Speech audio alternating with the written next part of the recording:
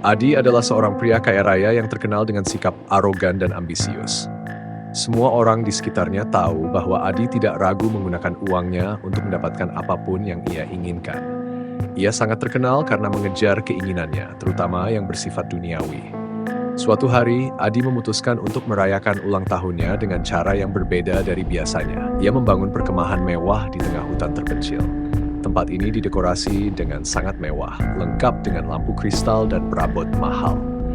Perkemahan itu terisolasi dari dunia luar. Rasanya seperti kerajaan pribadi Adi. Namun, Adi punya rencana kelam di balik pesta ini. Kali ini, ia ingin mewujudkan semua fantasinya. Ia mengundang puluhan wanita cantik yang tergoda dengan bayaran besar dan fasilitas mewah yang ia tawarkan. Para wanita itu tidak tahu bahwa mereka hanya bagian dari permainan Adi. Selama beberapa hari, pesta berlangsung tanpa henti. Adi menikmati setiap momen tanpa memikirkan perasaan para wanita itu. Ia menganggap mereka hanya sebagai hiburan. Adi merasa seperti raja di tempat itu. Pada malam ketiga, seorang wanita berbisik kepada Adi. Ia berkata bahwa ia mendengar suara aneh dari dalam hutan. Adi hanya tertawa, ia menganggap itu hanya imajinasi atau ketakutan yang tidak perlu. Namun, seiring malam berlalu, suara itu semakin jelas. Desir angin terdengar seperti bisikan. Sesekali terdengar suara tangisan samar dari arah kegelapan.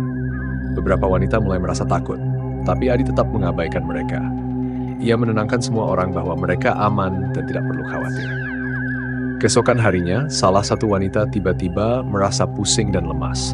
Tak lama kemudian, wanita lain juga mengalami hal yang sama. Mereka mengeluhkan rasa tidak nyaman dan ketakutan yang datang tanpa sebab. Namun, Adi tetap tidak peduli. Ia berpikir mereka hanya beralasan untuk pulang lebih cepat. Saat malam tiba, situasi semakin aneh.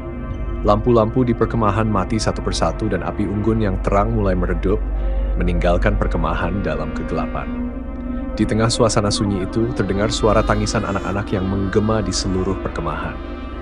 Suara itu membuat suasana menjadi lebih menyeramkan. Di kegelapan, Adi mulai melihat bayangan anak-anak kecil berdiri di antara pepohonan.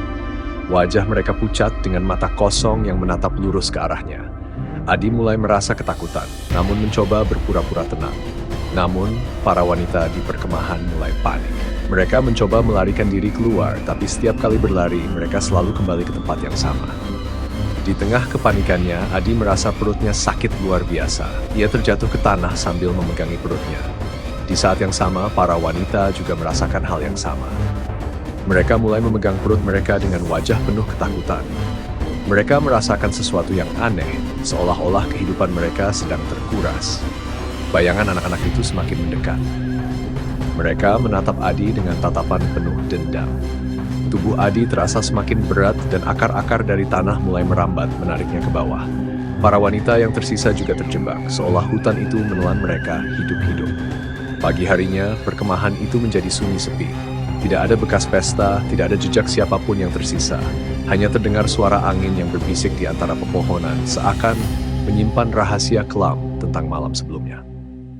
Hari demi hari berlalu, tetapi perkemahan mewah itu tetap kosong, seolah tak pernah ada yang mengunjunginya. Namun, masyarakat sekitar mulai membicarakan hal-hal aneh yang terjadi di hutan tersebut. Mereka mengatakan bahwa saat senja, suara-suara samar bisa terdengar dari dalam hutan. Suara tangisan anak-anak, bisikan angin, bahkan gema tawa yang membuat bulu kuduk berdiri. Orang-orang yang berani mendekat pun mulai menceritakan bahwa mereka merasakan hawa dingin yang aneh. Beberapa di antaranya mengaku melihat bayangan-bayangan kecil di antara pepohonan, tampak seperti anak-anak yang berdiri dengan wajah tanpa ekspresi. Suatu hari, seorang penduduk desa yang terkenal sebagai dukun mencoba masuk ke dalam hutan itu untuk menyelidiki. Ia merasa ada energi gelap yang terperangkap di sana.